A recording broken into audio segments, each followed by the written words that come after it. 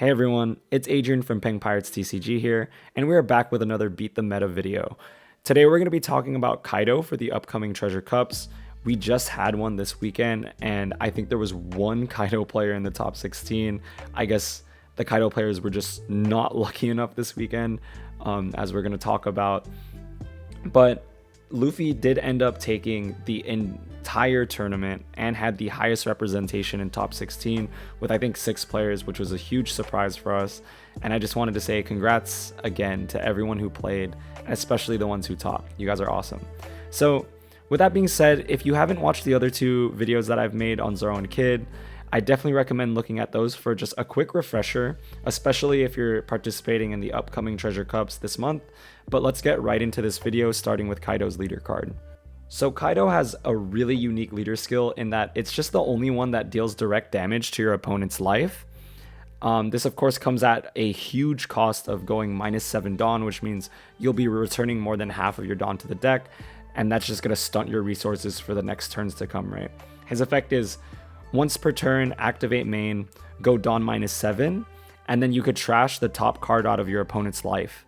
And this makes his leader skill more of a late game tool for closing out games, especially while you have like these big characters that don't really need to be pumped up with Dawn for them to be effective attackers, right?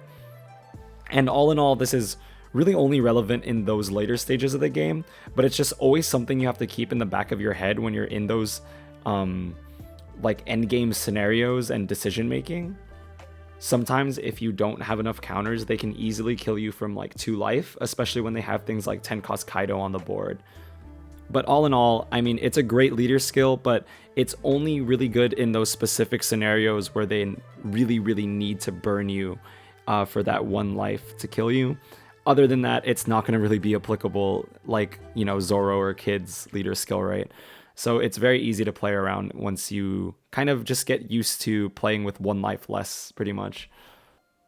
So let's get right into some strengths that you're going to want to look out for when playing against this deck, starting with its insane on-play effects. We're going to go over them in a lot more detail later on in the video when we get to the deck profile, but Kaido's character cards just have these crazy strong on-play effects that give them instant value. For example, both 6 and 7 cost King are just excellent for controlling the board. They have 7k attack, which is a great number to be at, and on top of that, their on-play effect KOs something just immediately right when they're played. So that's already giving you an insane board swing advantage, right? Because you are KOing something of your opponents that could potentially be threatening, like an Okiku, or, you know, like a Boa Hancock if you're playing against Doffy, and you're instantly getting this big beat stick to swing with on your turn defensively or offensively, right? Cards like 9 cost Kaido are going to instantly KO something that costs 5 or less, and then he gets rush while being a 10k attacker. So like, it's just an insane amount of value from these cards. And of course, like 10 cost Kaido will just instantly wipe the entire board of your opponent.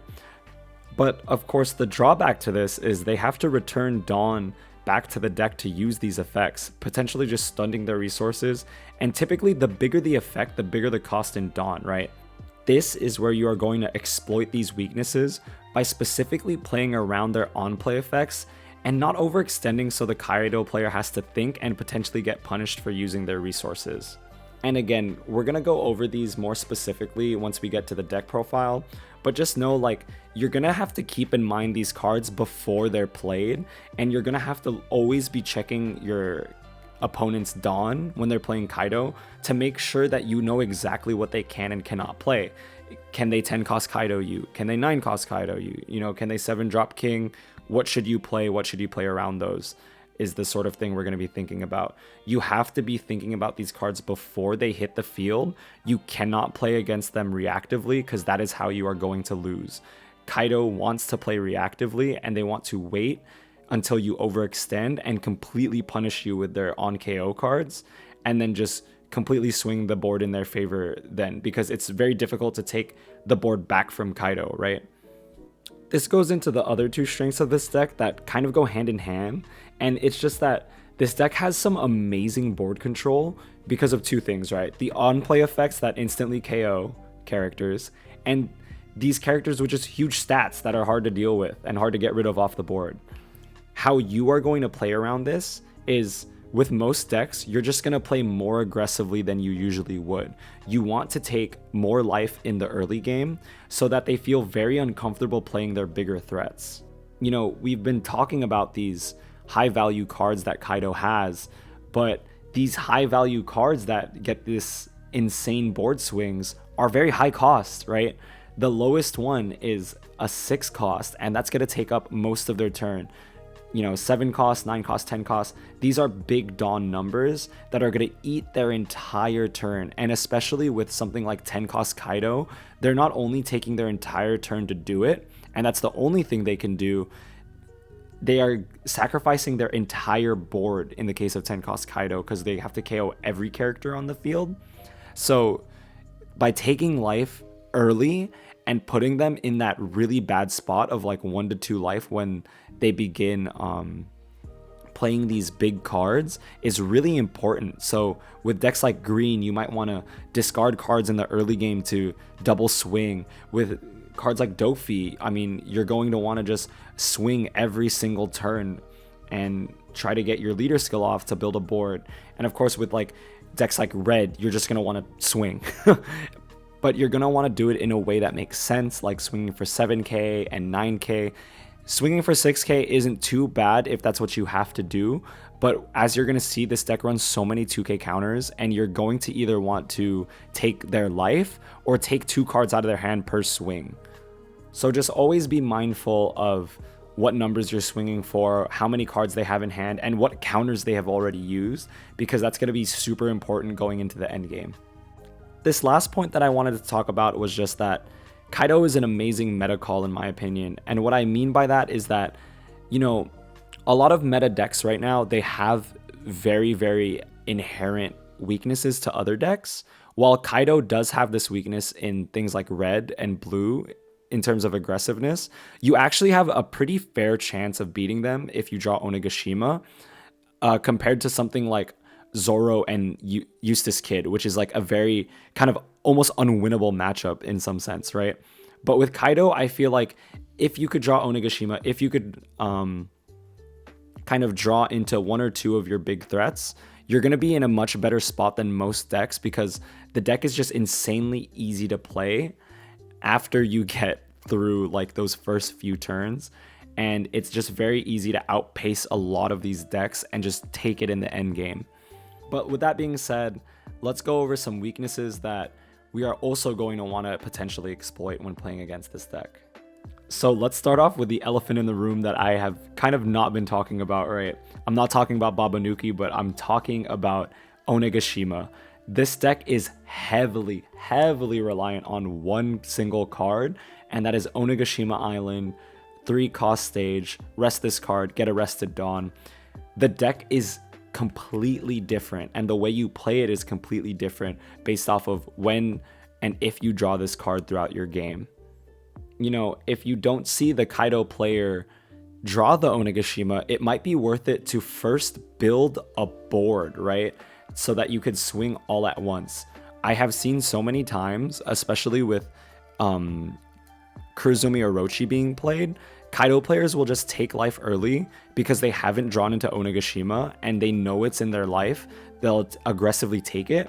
But if Kaido cannot ramp up to their biggest threats, it might be worth it to take like an extra turn or 2 just to get like 1 or 2 characters on the board extra than what you usually would, and then swing with everything, right? Because then at that point, it won't even matter that they have Onigashima, because you've already taken a lot of cards out of their hand if they're blocking it, or you have just taken a bunch of life just for them to draw the one card that they wanted to in the beginning stages. And then it's going to take another turn for them to play it, right? So when they don't have Onigashima, that is when you are just going to want to full punish them and make sure that they really regret using their Dawn minus effects, because that's what's going to lose them the game in the end, is where they use a bunch of these Dawn minus effects and they're stunting their growth and their curve, and you're just going to take the game from them. And with that being said, this goes into my next point, where this deck is just more inconsistent than other decks. Between having to draw Onigashima and not having any search characters, This deck doesn't have any like viable, look at the top 5 cards of your deck, grab like an Animal Kingdom Pirate, that card would be crazy. They don't have anything like that. The best thing they have is Queen, which is going to draw them 2 cards, and they still have to trash 1 card and go Dawn -1. So it's a lot of different effects coming out. The film deck does have like a draw 2 when attacking effect, but they have to go Dawn -2 to do it, which again is just an insane trade-off sometimes for them. So they're going to be relatively more inconsistent with this deck. And on top of all of this, their curve is a little bit different, where you're not running a lot of middling cards, you're running low cost blockers and high cost threats. So there's going to be some time where you might just not have anything to play, especially if you don't draw into Onigashima. And unplayable hands definitely happen with this deck, which is something that you might need to kind of keep track of as their opponent and just evaluate, do you think they have a good hand? Do you think they have counters in hand? Or is it just an unplayable hand with a bunch of their topside threats? So the last 2 points I think are pretty self-explanatory, because like even when Kaido has an ideal turn with Onigashima, they still have to take a turn to play it, which potentially gives you a huge chance to go aggressive, especially if you make them go second, right? And that just goes into your game plan of taking life early, making sure that even when they play their threats, they do not feel comfortable playing them. And my last point is something we were talking about before, where Kaido's leader skill doesn't really come into play except for the end game, which makes it very easy to play around it. And also you don't have to worry about it generating value throughout the game like you have to do for like Kid, Zoro, and Doffy. So let's get right into what a Kaido player will potentially be running in their list. There's some cool variants that you could do, like running a trigger package to ramp Dawn, or running Jack in case you don't draw Onigashima, but I wanted to keep it as simple and standard as possible to look at the bigger threats. As you can see, Kaido players will usually be playing a heavy topside curve, and might even run cards like Babanuki just to play a huge beat stick and not go Dawn minus. This is going to save those on play effects for when you extend your board and they could KO things on the board. Oftentimes, if you don't run cards like Babanuki, you might be playing these cards that have these crazy on-play KO effects without their effects going off, and so they're just more expensive 7Ks. 6-drop King is going to be essential for their game plan when retaking the board. Most decks are going to get an extra swing with like a 3-cost character like Okiku if you're going first, so this is going to let them just completely swing the board in their favor early game. 7-cost King is where things get a little bit tricky and where you're going to really want to keep it in mind and play around it. On play for Dawn -2, King will KO a 3-cost or lower and a 2-cost or lower character. This means you're not going to really want to play your low-cost cards, especially blockers, in pairs where they can get popped instantly. This happens a lot in the green and blue matchups where you run multiple low-cost blockers, and sometimes it's just better to play one blocker at a time if they have, the potential to 7-cost King, so you can just save those blockers for after the 10-cost Kaido play. Against 9-cost Kaido, there's honestly not a lot you can do besides trying to mismatch their turns and transitioning into a hard late game by playing things that, are above 5 costs, so they're less likely to play it. And with 10-cost Kaido, there's just a multitude of ways to play around it, like taking life early and saving your blockers. A majority of the game is going to be playing around 10-cost Kaido. And in general, you should play like the Kaido has 10 costs in hand, because if you get too greedy and overextend, the Kaido player is just going to quickly take over the game after playing this card, right?